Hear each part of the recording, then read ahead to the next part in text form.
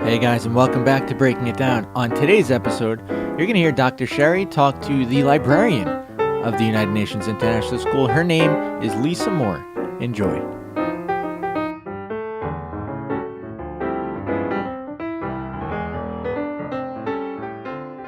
My name is Lisa Moore, and I've been working at UNIS Queens for the past 13 years, I think. Well, yeah, so we just missed each other, I guess. Yeah. And when it comes to books, I think the most important thing is really story and character, because if you don't have a strong story and strong character, whatever message there is going to get lost. Right. But that said, one of the things that I keep in mind when I'm purchasing books is different messages that have to do with the UN, that have to do with the IB learner profile. So the books that I chose, like this one is historical fiction, and it's called Togo. And it's about... Cover's beautiful. Yeah, the artwork is really, really gorgeous. And it's about a sled run and the creation of the Iditarod, but it's about a dog who ran in the Iditarod who didn't get attention. So it sort of shows that working together is what is most important, and that sometimes recognition is not what it's all about. That's a really important theme, especially now with, all of the selfies that go on and the, internet reinforcement of things for self. So I think this is a great idea. Yeah, it leads to really great conversations with kids, too, because they can talk about whether it's fair or not fair that the dog didn't get recognition, and whether or not that's what's most important and most valued. This is one on immigration and refugees that I really like. This one I'm not familiar with. I'm going to read it, actually. Yeah, this is fairly new, and it's about a girl and her father going through a country. You don't actually know where it is, but it's Spanish-speaking. And she ends up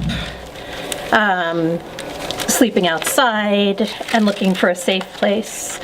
And it's presented in a way that kids can really identify with.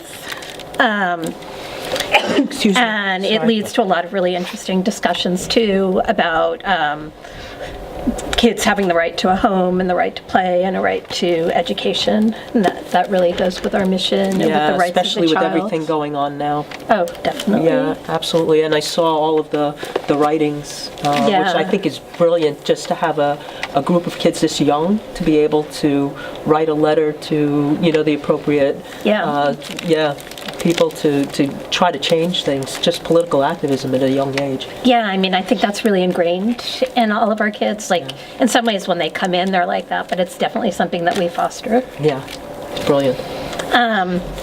This one is about a boy who can't walk, who saves his village during a storm. So it's really great as a place to talk about disabilities, to see that somebody may seem to have a problem or a lack of something, but actually they have a talent that's hidden.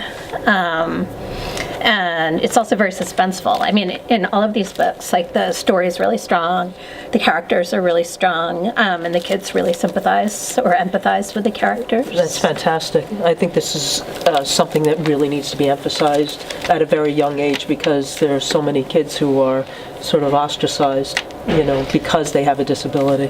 And to overcome that is important. To have community support you is important. This is also nice because, as with the one on immigration and refugees, it takes place in different places around the world. Mm-hmm. So the first one takes place in Alaska, the second is probably in Latin America, this one's in Africa. Right. This is a British book. This one's really a classic. Yeah, this is a classic, I was going to say. It's a great story and kids love it, but it really teaches resilience and understanding and how it's okay to make mistakes and you can still recover. Mm-hmm.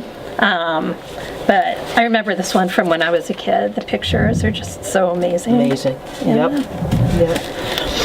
It's funny because we emphasize, right, we were talking about that before, how, especially in this country, how grades are important, how you need to be perfect at everything, which is unrealistic, and as adults that we understand that. Well, there's a reason. Sometimes we understand it, as adults, sometimes we don't. Yes, yeah. That's true. That's true. But there's a reason, that we used to have erasers on pencils and there's a back key on the computer, right? Absolutely. Yeah. This one kind of fits into it too. This is also an older one, but it's really about inquiry and asking questions and exploring. This one's about a girl who goes on a walk around her neighborhood and listens to all the sounds. So there's a lot of onomatopoeia in here. Oh, nice. And, but she walks around and kind of notices things. So this is also a great starting off point for education in general, I think, and for specific activities, because I'll do this with the kindergarten kids, and we'll walk around the school and listen to all the sounds and then try and write them down afterwards and record them. So it makes them pay attention to detail and sort of see things in a different way, and they do a lot of exploration on their own. It's interesting to see too. what they collectively find out, because I'm sure it's not all the same. So they learn that it's very different. when they pool their ideas, you synthesize something new. So I think that's a fabulous thing. Absolutely. Yeah.